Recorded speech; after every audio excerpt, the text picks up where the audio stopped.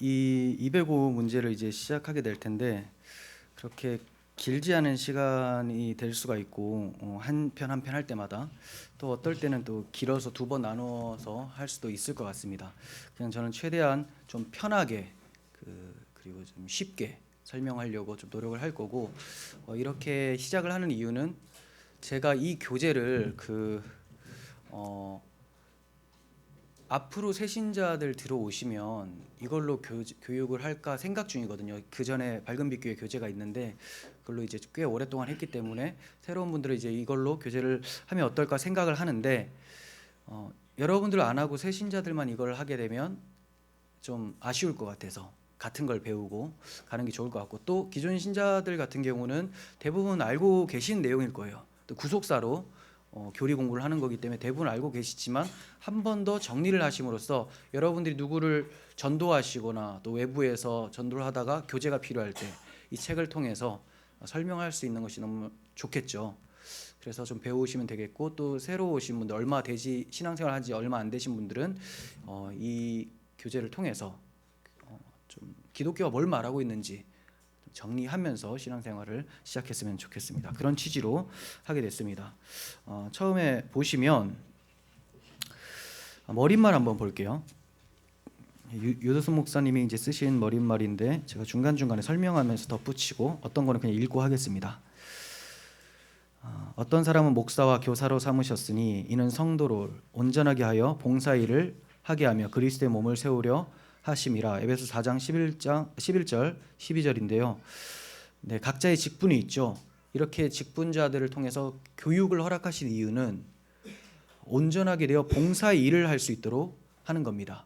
저는 여러분들 모두가 다 그리스도의 몸을 세우는 그 봉사의 일을 감당할 수 있었으면 좋겠어요. 본 교재는 성도들을 기독교 기본 진리 위에 세우기 위한 훈련 교재로서 마련되었다. 505가 구속사의 맥을 잡게 하는 연구 과정이라면 205는 지금 교재죠. 그리스도인이 반드시 알고 믿어야 할 기본적인 진리인 것이다.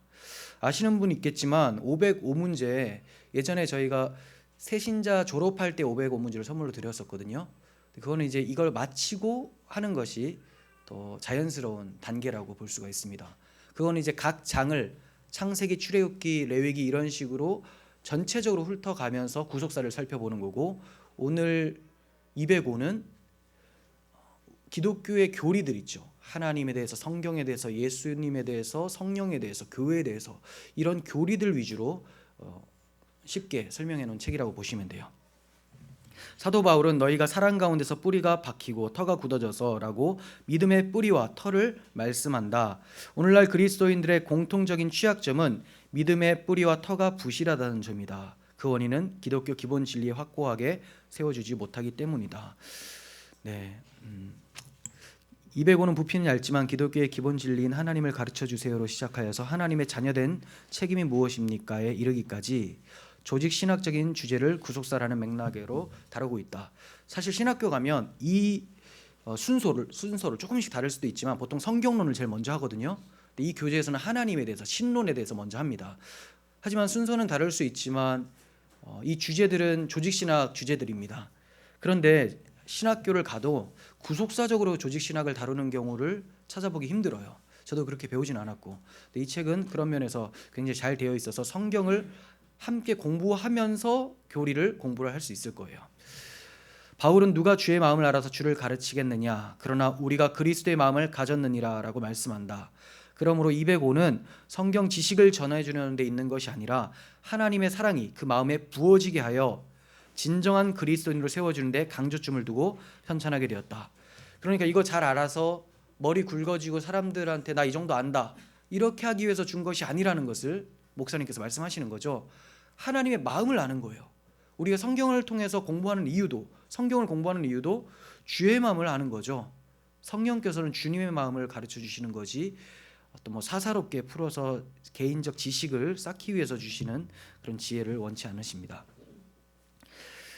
이런 맥락에서 하나님의 구원 계획, 즉 독생자를 보내주셔서 대속제물과 화목제물이 되신 예수 그리스도와 복음을 증언하는 데 역점을 두었다. 그러므로 205를 지도할 때 너무 진도 욕심을 부리지 말고, 저도 그러려고 합니다.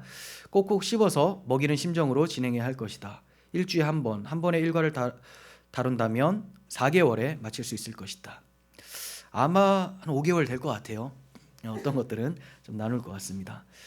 200호를 이수한 후에 500호 과정을 밟는다면 믿음의 뿌리가 더욱 깊이 박히게 되고 믿음의 터를 반석 위에 세우게 되어 책임 있는 그리스도의 제자가 될 것을 확신한다. 네, 노순 목사님께서 해주셨습니다. 목차 한번 쭉 살펴볼까요? 1과 보시면 신론이 나옵니다. 하나님에 대해서. 그리고 2과는 인간에 대해서입니다. 사람은 어떻게 지음을 받았습니까? 인간론이 나오고요. 죄에 대해서 죄론이 나오고요. 그 다음 하나님의 구원 계획, 구원론이 나오죠. 그리고 예수님을 가르쳐 주세요라는 기독론이 나옵니다. 화목제물의 뜻이 무엇입니까? 대속제물의 의미가 무엇입니까? 여기는 기독론 중에서 예수께서 하셨던 사역을 위주로 가르쳐 주고 있고요. 부활에 대해서 부활론, 그 다음 성령론이 나오죠. 성령론. 10과는 복음이 무엇인지 복음에 대해서, 11과는 성경론이 나옵니다. 12과는 재림과 심판, 종말에 대해서 가르쳐주고 있고요. 13과는 교회론, 14, 15과는 기도와 전도로서 교회가 해야 될 마땅한 임무이자 또 이제 행동 양식들, 그리고 16과는 자녀된 자의 책임이 무엇입니까 하면서 이 앞에서 많은 주제들, 이런 엄청난 주제들로 구원함을 받은 하나님의 자녀들은 무엇을 해야 되겠습니까? 어떻게 살아야 되겠습니까? 라는 것을 얘기를 하고 있습니다. 자, 이제 1과 보도록 하겠습니다. 신앙이란 세계관, 인생의 문제입니다. 왜 그런지 아십니까? 신앙을 가졌다라는 것은 내가 바라보고 있는 가치관이 그 신앙에 따라서 정립이 된다는 거예요. 세계관이라는 것은 내가 어떻게 보느냐, 내 신앙에 따라서 세상을 바라보고 세상에 일어나는 일들을 해석을 하게 된다는 겁니다. 우리가 그리스도 안에서 기독교적 세계관을 가지고 있으면 하나의 세계관과 하나의 가치관을 가지고 있어요.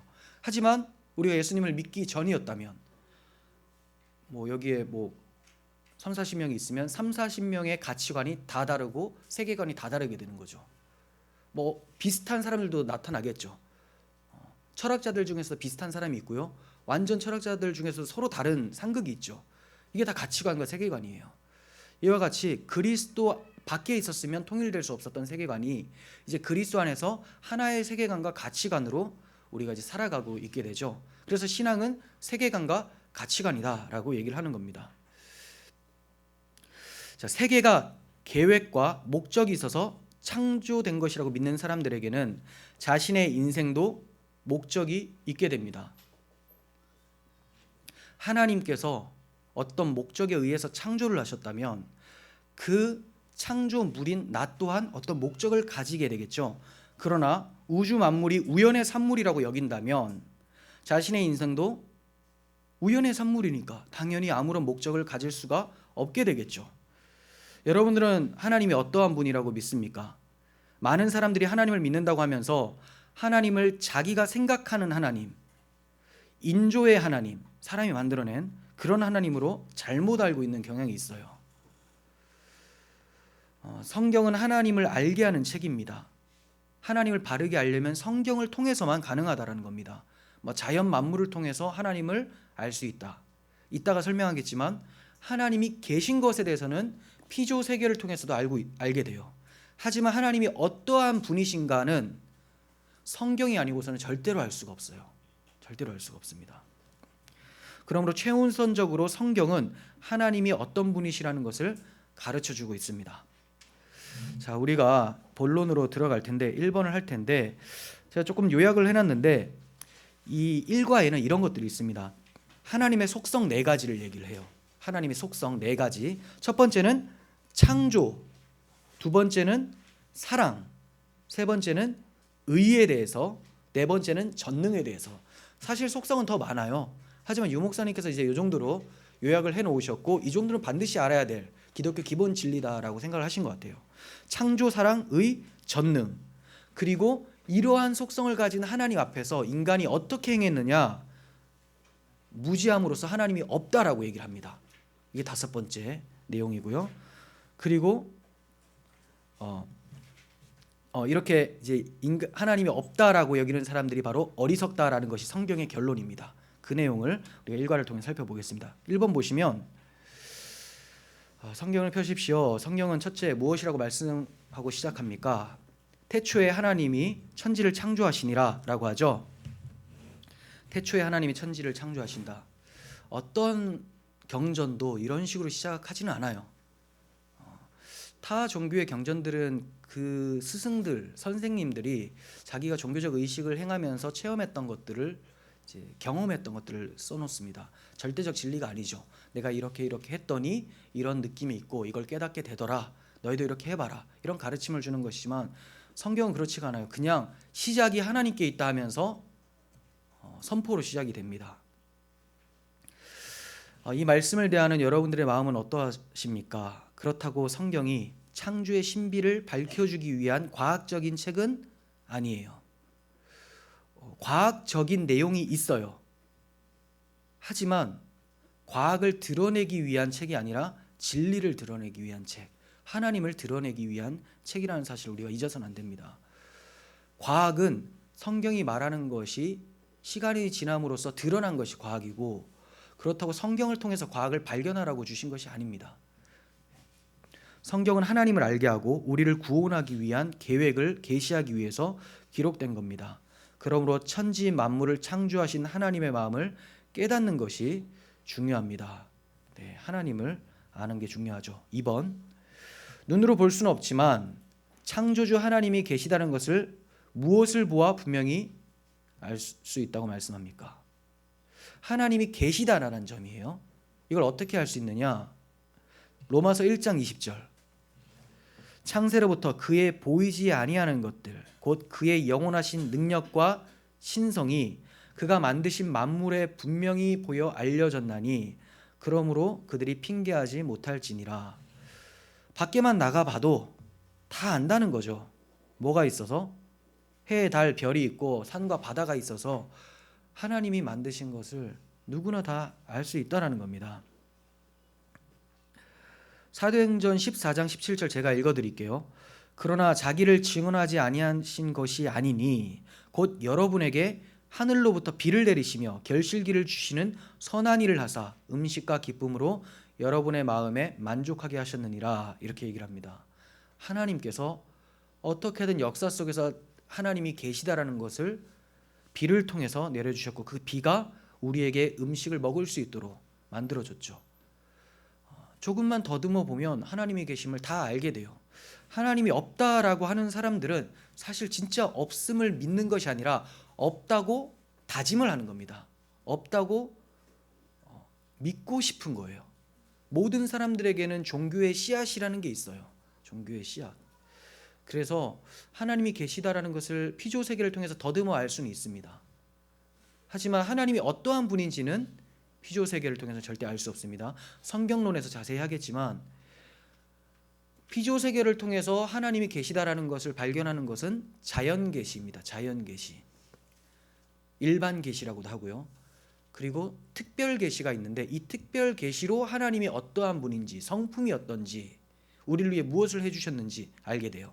그러면 그 특별 계시가 뭘까요? 성경이겠죠. 성경. 이 성경을 통하여서, 특별 계시를 통하여서 하나님을 알게 된 사람이 피조 세계를 보잖아요. 그러면 거기서도 하나님의 성품이 보이고 우리를 향한 사랑까지 발견하게 됩니다. 그러니까 자연 또한 나에게 계시로 다가오려면 특별 계시인 성경을 통해서 자연을 바라볼 때만 이게 계시가 되는 것이지, 불신자들에게 자연은 그냥 자연이 되고 말아요. 자연. 그리고 어느 정도 유익을 얻을 수 있는 것은 어떤 절대적 신이 계시겠구나라는 정도는 알게 된다는 거죠.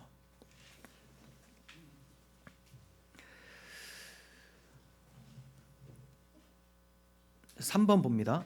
하늘과 땅을 둘러보면 우리 눈에 보이는 것들에는 어떤 것들이 있습니까? 해, 달, 별들, 나무, 꽃들이 있습니다. 성경은 무엇이라고 말씀합니까? 히브리서 11장 3절인데요. 믿음으로 모든 세계가 하나님의 말씀으로 지어진 줄을 우리가 아나니 보이는 것은 나타난 것으로 말미암아 된 것이 아니니라 라고 합니다. 무슨 말이냐면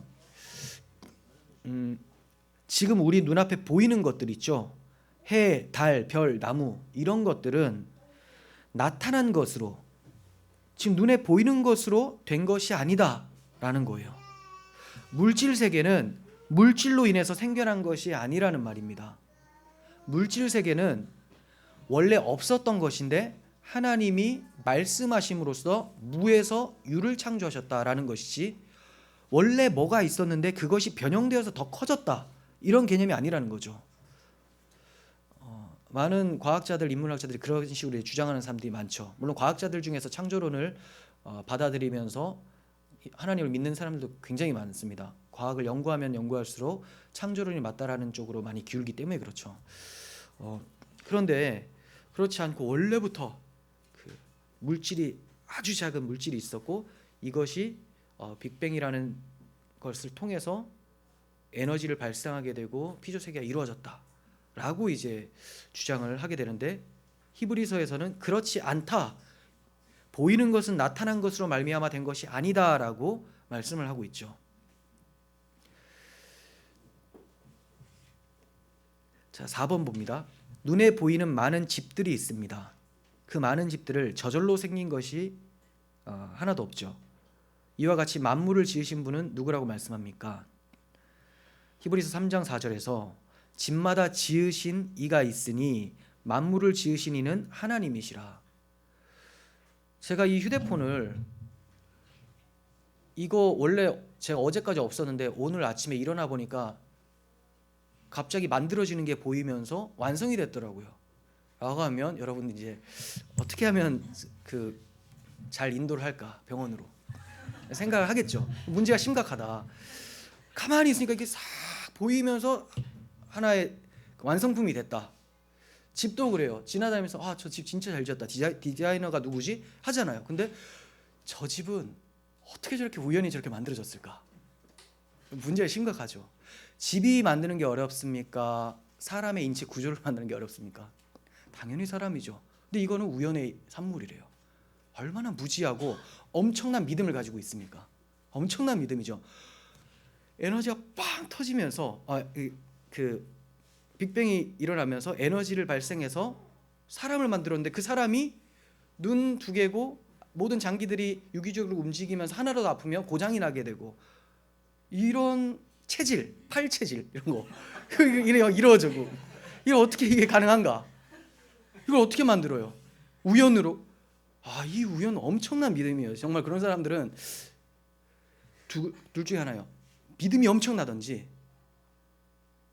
좀 떨어지든지. 네, 그거밖에 없습니다. 그렇죠. 그걸 어떻게 믿습니까? 종이가 갑자기 원래 한 장이었는데 500장이 됐네요. 시간이 지나면 이게 그렇게 바뀌나요? 더 두꺼워지고? 그렇지가 않죠. 성경은 하나님이 세상을 창조하셨다라고 말씀하고 있습니다.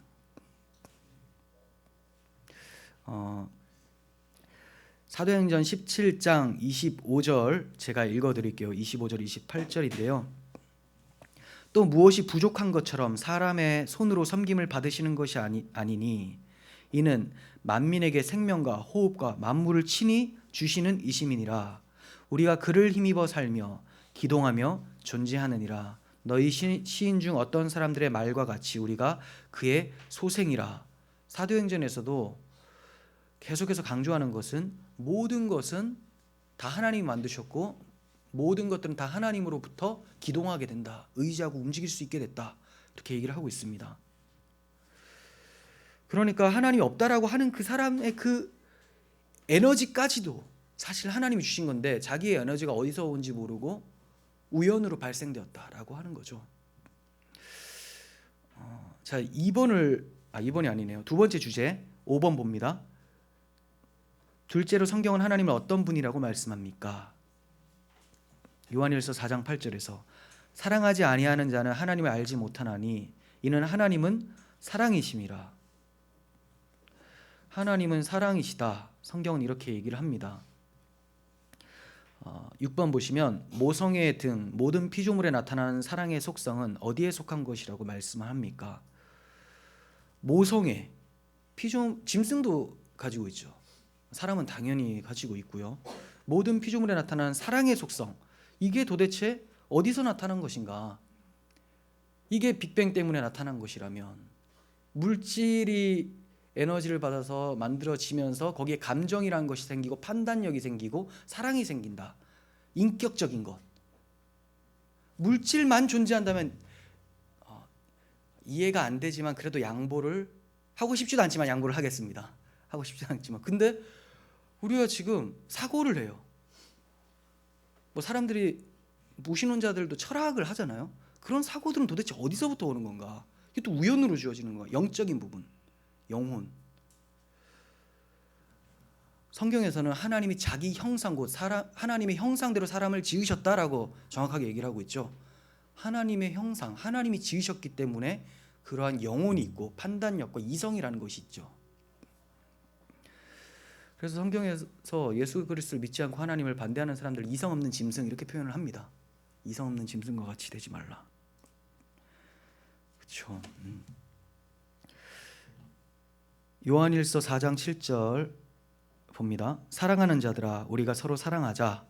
사랑은 하나님께 속한 것이니 사랑하는 자마다 하나님으로부터 나서 하나님을 알고, 우리가 가지고 있는 사랑은 하나님으로부터 주어졌다. 믿지 않는 자들의 사랑까지도 그 모성의 자체는 하나님이 근원이었다라는 것을 말씀하고 있습니다. 피조물에게 나타난 암탉의 사랑, 어미새의 사랑 등을 더듬어 올라가면 사랑의 하나님을 만나게 된다는 뜻입니다.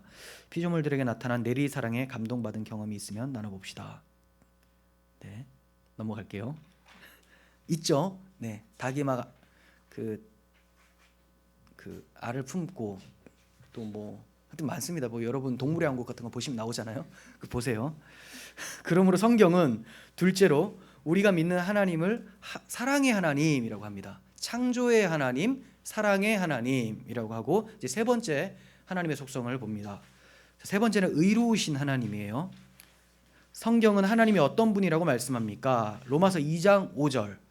다만 내 고집과 회개하지 아니한 마음을 따라 진노의 날, 곧 하나님의 의로우신 심판이 나타나는 그날에 이 말 진노를 내게 쌓는도다. 에가서도 봅니다. 1장 8절. 여호와는 의로우시도다. 그러나 내가 그의 명령을 거역하였도다. 네. 예레미야 선지자는 죄악이 가득하던 예루살렘이 심판을 받아서 멸망당한 것을 바라보면서 여호와는 의로우시다라고 합니다.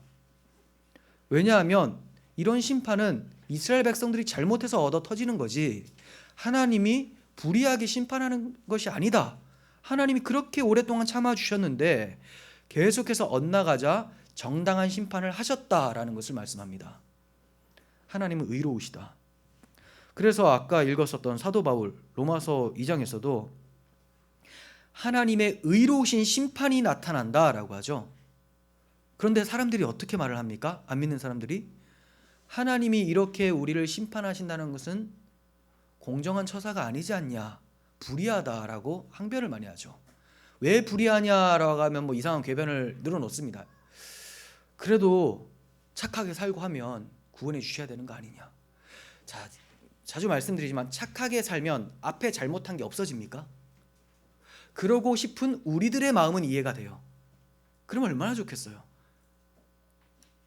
제가 누구를 속여서 그 사람에게 엄청난 금전적 손해를 끼쳤습니다. 그리고 다른 사람에게 엄청 선한 일을 했어요. 자, 이 선한을 했더니 이 사람이 금전적 손해가 갑자기 회복이 된다. 안 되죠. 안 돼요. 하나님께 손해를 끼쳤습니다. 하나님의 영광을 가렸어요. 피조물이 하나님을 알아야 되는데 하나님을 몰라요. 하나님을 거역하고 반역을 합니다. 자기가 하나님이라고 사칭을 해요. 모독이죠. 자, 하나님께 그 손해를 끼쳐놓고 영광을 가려놓고 다른 사람에게 잘했어요. 그러면 하나님께 보상이 됩니까? 안 된다는 거죠. 안 돼요. 그래서 하나님이 이 세상을 모두 다 심판해도 사실 할 말이 없다라는 것이 성경의 증거입니다. 이렇게 얘기를 해야 되겠죠. 아니 우리를 왜 다 심판하지 않습니까? 왜 우리를 구원하시나요? 이게 논리적인 사고죠. 어떻게 해서 날 구원하셨습니까? 난 죽어 마땅한데. 그렇게 해서 더듬어 알아가면 복음을 찾게 되죠. 그래서 그 예수님을 통하여서 구원을 받게 됐다는 걸 알게 된 사람들은 할렐루야가 터져 나옵니다. 그러니까 찬양이라는 것은 정당한 반응이에요. 하나님의 의로우신 심판과 사랑에 대한 정당한 반응이 바로 찬양입니다.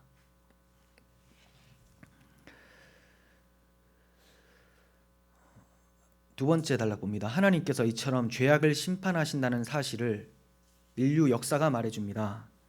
그러므로 성경은 셋째로 우리가 믿는 하나님은 의로우신 하나님이시라고 말씀합니다.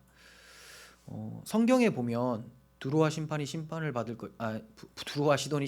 것이고 뭐 아수르가 멸망할 것이고 바벨론이 멸망할 것이다. 예언 다 돼 있어요. 이루어지지 않은 것이 하나도 없죠. 악을 행한 것은 하나님이 다 보응하신다라는 것을 역사 속에서 다 보여주셨어요. 악은 망한다. 악은 망한다. 그럼 지금까지 악이 여전히 있잖아요. 지금까지 남아있는 거지 안 망한다고 어떻게 알 수 있겠습니까? 역사 속에서 예언한 모든 것이 다 이루어졌는데 딱 하나만 아직 안 이루어진 게 있어요. 예수님 다시 오시는 거. 그 예언되었죠. 예수님이 십자가에서 죽으시고 구원하실 것까지 다 성취가 됐는데 다시 오셔서 구원할 자 구원하시고 심판할 자 심판하신다라는 것, 그것만 안 남아있는데 앞에서 다 이루어진 것, 하지만 요거는 내가 못 믿겠다. 이것도 엄청난 모순이죠. 엄청난 믿음이라고 해야 될까요? 10,000,000개가 다 이루어져도 나머지 1개는 안 이루어질 거야. 네, 아니죠. 시작을 봤으면 끝을 보시는 하나님입니다. 다 이루어집니다. 그래서 인류 역사를 봐도 악은 망하는 것을 우리는 보게 되고, 악의 하수였었던 모든 죄인들도 사실 망해야 된다는 것을 인정하는 것이 성도들의 신앙 고백이에요. 그런데 하나님께서 그렇게 하지 않으시고 자기 아들을 심판하셨다. 이게 복음이죠. 네, 제가 중간중간에 계속 월권을 할 겁니다. 다음 과를 앞에 당겨가지고 얘기를 할 거예요. 네. 사랑의 하나님은 우리에게 독생자를 보내주시고 의로우신 하나님은 우리 대신 자기 아들을 심판하셨는데 이것이 바로 십자가 사건입니다. 네, 하나님이 둘이 아니죠. 사랑의 하나님과 의로우신 하나님은 한 분이시죠. 하나님의 속성에는 사랑과 의가 있는데 이것이 충돌된다라고 생각을 했었어요. 많은 사람들이. 그걸 절대로 조화를 이룰 수가 없었어요. 그들의 생각에서는. 그런데 하나님이 완벽하게 조화를 이루시고 자신의 속성을 나타내셨어요. 다시 말해 영광을 드러내셨습니다. 자기를 나타내셨다. 영광을 나타내셨다. 십자가에서 자기 아들을 심판하시면서 죄에 대한 의로운 심판을 하셨고 의를 드러내셨죠. 그리고 이 예수님을 믿는 자들에게는 하나님이 구원을 해주심으로써 그들을 사랑을 하신 것을 증명해 주셨습니다. 그래서 십자가는 공의와 사랑이 나타나는 장인 것이죠. 사도 바울은 주의 두려우심을 알므로 권한다라고 말씀을 합니다. 사랑의 하나님만 알고 의로우신 하나님이심을 모르는 것이 어린아이 신앙입니다. 너무 율법주의적인 교회에는 심판 때문에 무서워 벌벌 떨고 이게 이제 종의 영을 가진 거죠. 종의 영. 그리고 이 하나님이 우리를 예수님을 통하여서 구원을 하셨다라고 하면서 마음대로 막 살고 의로우신 하나님을 생각하지 않는 것, 이거는 어떤 영일까요? 지금 바로 생각이 나는 게 아까 종의 영이었다면 이건 이제 방종의 영이라고 할 수가 있겠네요. 그죠? 안 웃긴가요? 방종. 그러니까 하나님의 사랑을 자기 죄를 쓰는데 갖다 쓰고 의로우신 하나님을 안중에도 없게 하는 이런 모습이 마지막에 이제 심판을 초래하는 것이죠. 의로우신 하나님을 아는 사람은 사랑의 하나님께 감사하면서 의로운 삶을 살아가기를 힘쓰게 됩니다. 자, 8번 보시면 네 번째 하나님의 속성입니다. 전능하심이에요. 전능하심. 성경은 하나님이 어떤 분이라고 합니까? 창세기 17장 1절 여호와께서 아브라함에게 나타나셔서 그에게 이르시되 나는 전능한 하나님이라 너는 내 앞에서 행하여 완전하라. 출애굽기 6장 3절 내가 아브라함과 이삭과 야곱에게 전능의 하나님으로 나타났으나 나의 이름을 여호와로는 그들에게 알리지 아니하였고. 전능의 하나님이라고 합니다. 여호와는 구원의 하나님을 의미해요. 구원과 관련돼서 여호와라는 단어, 그러니까 야훼가 계속 등장을 하거든요. 그래서 출애굽기에 많이 쓰여지고 창세기에서는 하나님이라는 표현이 많이 쓰여집니다. 자, 전능의 하나님으로 나타내셨다. 전능하신 하나님이시기에 우주 만물을 창조하셨습니다. 이 전능이라는 속성을 우리가 너무 우리 수준으로 생각하는 경우가 있어요. 그러니까 막연하게 하나님이 천지를 창조하셨다. 아멘. 그 출애굽기에서 하나님이 모세를 통하여 홍해를 가르고 이스라엘을 건너가게 하셨다. 말도 안 돼. 무슨 판타지도 아니고. 자, 여기서 이제 문제가 생기죠. 너무 생각이 없는 거죠. 천지를 창조하셨다. 무에서 유를 창조하셨는데 바다가 갈라지는 거? 이걸 왜 못하나? 그렇죠. 그러니까 그 어떤 기적들 이런 것들이 하나님이 일으키실 수가 없다, 말도 안 된다라고 하는 사람은 사실 창세기 1장 1절부터 브레이크가 걸린 거예요. 절대로 진도가 나가서는 안 돼요. 그냥 창조주 하나님에 대해서 계속 공부를 해야 되겠죠. 전능, 또 전능이라는 것은 초월과도 연결이 됩니다. 초월. 하나님을 우리 수준으로 끌어내리서는 안 되고, 우리가 시간 속을 살고 있잖아요. 근데 하나님은 전능하시기 때문에 시간 밖에서 영원이라는 상태에서도 존재하신다. 영원은 하나님의 존재 양식입니다. 하나님의 상태가 영원이에요. 영원. 영원에도 계시면서 시간에도 함께 계신다. 아니, 둘 중에 하나만 택해야 되는 거 아닙니까? 그게 이제 열린 신학이라는 주장인데, 열린 신학자들은 하나님이 자신을 제한하셔서 이 역사 속에 들어오셨고 이제 앞으로 일어날 일들에 대해서 잘 모른다. 하지만 능력이 있으시기 때문에 일어날 일들을 그때그때마다 처리해 주신다. 자기도 이제 어드벤처를 하는 거예요. 그때그때마다 이거 큰일 날 일. 자, 그래 내가 해결해 줄게. 막 이렇게. 자, 그러면 이게 하나님 앞일에 대해서 무슨 일에 대해서 잘 모르고 막 당황하고 이런 하나님. 자, 그래서 이런 열린 신학 논쟁이 있어서 브루스 웨어라는 또 신학자가 그들의 하나님은 너무 작다라는 책을 냈고, 두 번째 책으로서 이제 더 큰 하나님의 영광이라는 책을 내서 반박을 했습니다.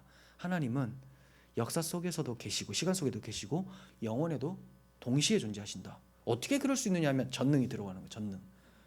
너 수준으로 생각하지 마라. 전능이잖아. 전능.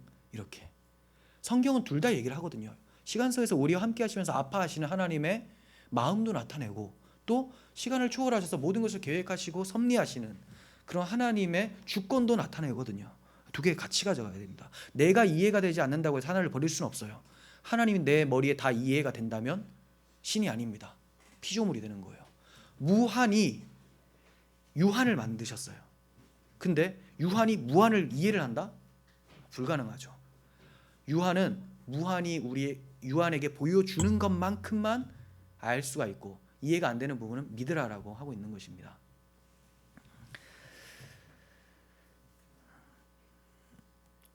자, 9번 봅니다. 그런데 하나님은 무엇이라고 말씀합니까? 자, 전능하신 하나님이라고 했는데 사람들이 어떻게 행동했느냐? 이사야 1장 3절. 소는 그 임자를 알고 나귀는 그 주인의 구유를 알건만은 이스라엘은 알지 못하고 나의 백성은 깨닫지 못하는도다. 소는 임자를 알고 나귀는 주인의 구유를 알건만은. 소하고 나귀 키워보신 분 있으세요? 시골에 사셨던 분 없으세요? 저는 이제 강아지만 키워봤는데, 우리가 주로 욕할 때 개를 많이 사용하잖아요. 개도 근데 주인을 알잖아요. 밥 주는 사람 알아요. 왜 주인의 권위가 있습니까? 자기의 생계가 거기 달렸거든요.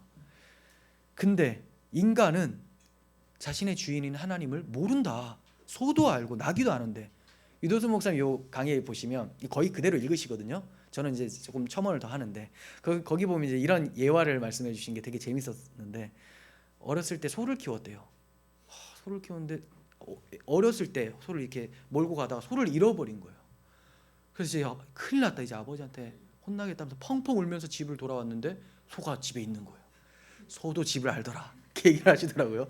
자, 아주 저는 그런 경험이 없어가지고 개는 지금 나가면 잘 못 찾거든요.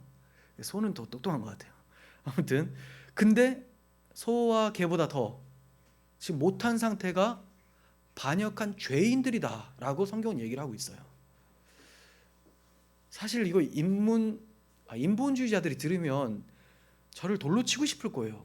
근데 이건 제 얘기가 아니고 성경 얘기인데 여러분들 이 얘기를 들으면서 맞아 정말 그래 내가 그래 이러고 계시다라는 것이 엄청난 은혜인 거죠.